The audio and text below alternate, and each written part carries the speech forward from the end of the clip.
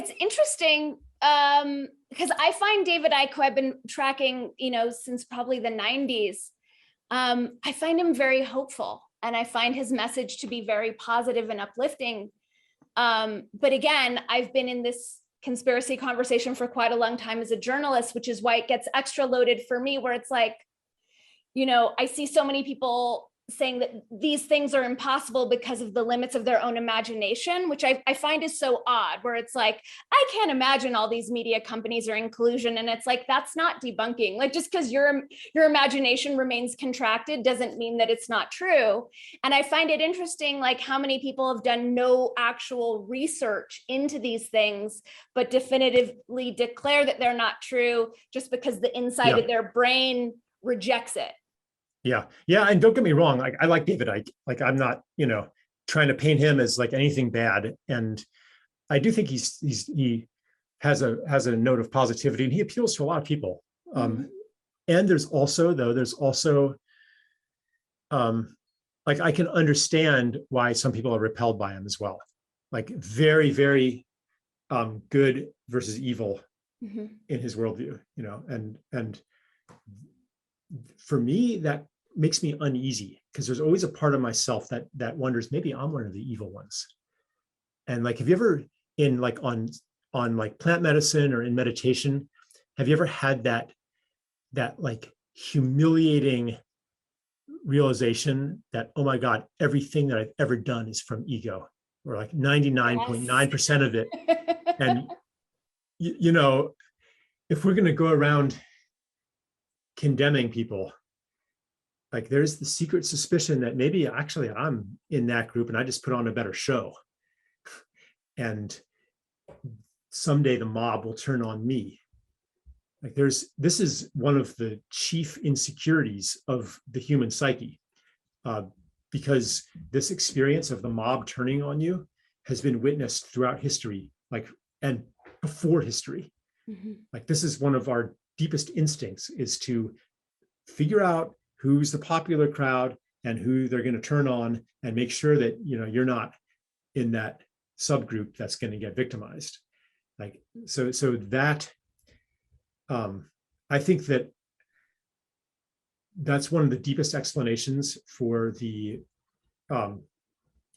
social catastrophe that has arisen in response to COVID, like that pattern. And so, while I think that the conspiracy universe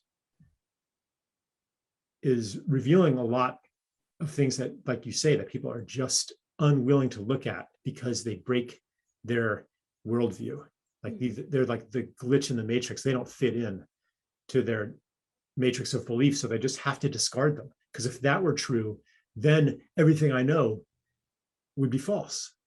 Like, even something as simple as if John F. Kennedy was killed with a CIA-backed conspiracy, like, what does that mean about our government today? What does that mean about history? What is that? Like, you can't even take that data point in. And I think that there's an awful lot of those data points. Like, I'm not writing off David Icke or anything. That said, like, not all the conspiracies can be true.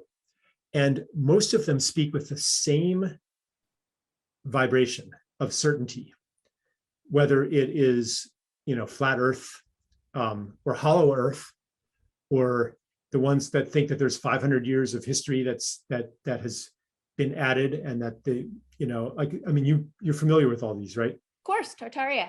Yeah, and they contradict each other. Like, they can't all be true. Why can't they, though? I mean, some people are working in ERs and saying the pandemic's super real, everyone's dying, and then another doctor saying it's not at all. So we're obviously living in a multidimensional, weird world with divergent timelines. Right. Okay. So if we're going to go to questioning objective reality, and living in a multiverse, yeah, I'm totally with you. And in fact, that's where I went I wrote an essay called "The Conspiracy Myth." I love that one. Yeah, that kind of goes into that territory. Like, calling something a myth doesn't mean it's false. Right. Kind of the opposite, actually. Myths carry a truth beyond their factual content. Mhm. And I think there's a deep truth in even the big C conspiracy theory, Mhm. which is basically that an unfriendly power is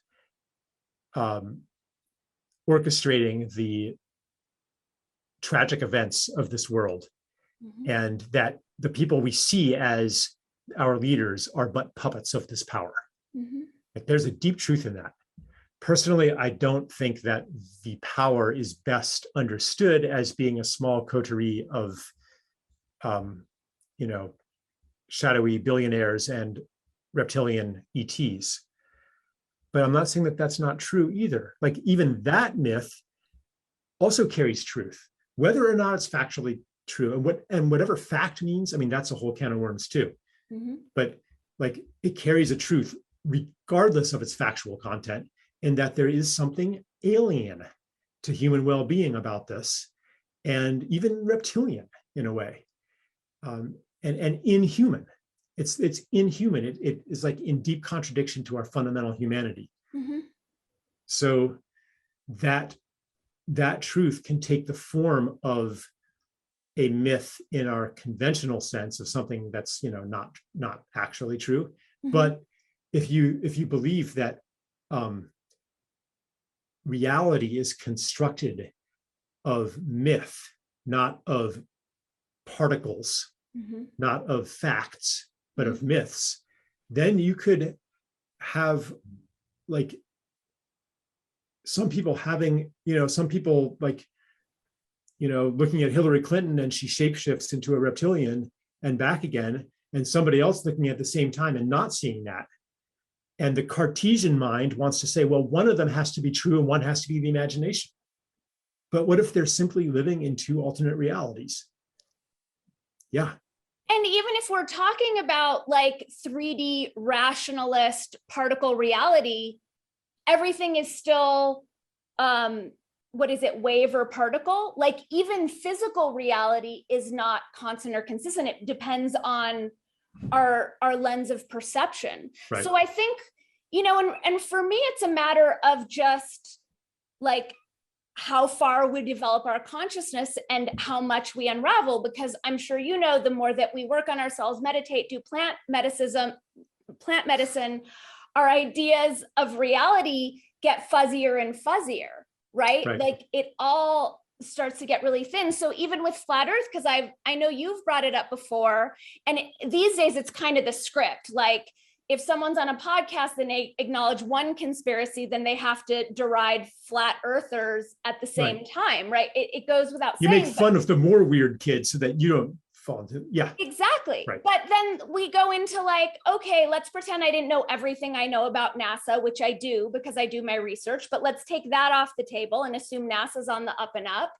We're still limited by our third dimensional monkey minds and our five senses. So what appears to be round from this perspective very well might not be, with more faculties and other dimensional perception. So I think there's just something to this willingness to say I don't know that I think would be so liberating for humanity, even just as an intellectual exercise, to not make fun of flat earthers, but in the same way of like, well, what is their perspective? Like, okay, break it down for me. How could the earth be flat? And avail ourselves to the fact that we might not know everything about everything.